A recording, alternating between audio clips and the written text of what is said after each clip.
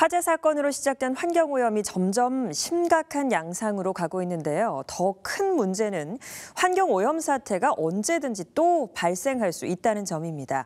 이번 화재가 발생한 업체와 유사한 창고가 경기 도내 36곳이 있고 도내 위험물 취급 사업장이 빠르게 늘고 있기 때문입니다. 백창현 기자가 취재했습니다.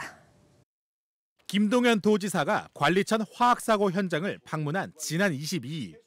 이날 소방당국은 사고가 발생한 창고와 비슷한 시설이 도내 36곳이 더 있다고 언급했습니다. 11,750톤의 인화성, 폭발성 그리고 유해성을 가진 물질을 보관하는 시설로 도내 총 36개의 유사 시설이 있는데 그중에서 가장 큰 규모입니다. 화재가 발생할 경우 비슷한 피해가 생길 수 있는 곳이 36곳이 더 있는 겁니다. 관련 통계를 보면 도내 화학물질 보관업체는 계속 늘어날 것으로 보입니다. 국가물류통합정보센터에 따르면 경기도에 등록된 화학물질관리법상 보관업을 하고 있는 곳은 총 60개로 전국에서 가장 많습니다. 특히 이 중 35곳은 2022년 이후에 등록된 업체로 2022년 이전 대비 2배 넘게 늘었습니다.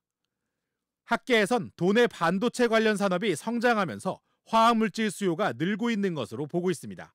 또는 반도체 관련 산업들이 많다 보니까 우리나라 반도체 산업이 굉장히 발달해 있으니까 반도체 관련해서 화학물질이 상당히 많아지고 있죠.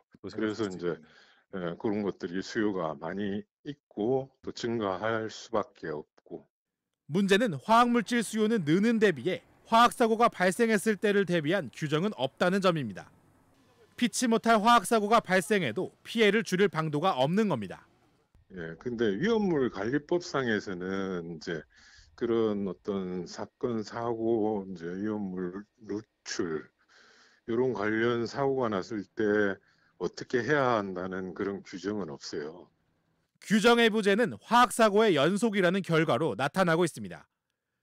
지난 2020년에는 화성의 한 실리콘 공장에서 화재가 발생했는데 방제 작업 중 생긴 폐수가 우수관을 통해 하천에 누출되면서 농가에 피해를 입혔습니다. 이번 관리천 오염 사고와 닮은 꼴이지만 4년이 지난 현재까지도 화학물질의 하천 누출을 막을 예방책은 마련되지 못했습니다. 한편 전문가는 화학사고가 발생할 경우 1차적으로 확산을 막을 저류시설을 추가하는 등 예방 규정이 필요하다고 지적했습니다. BTV 뉴스 백창현입니다.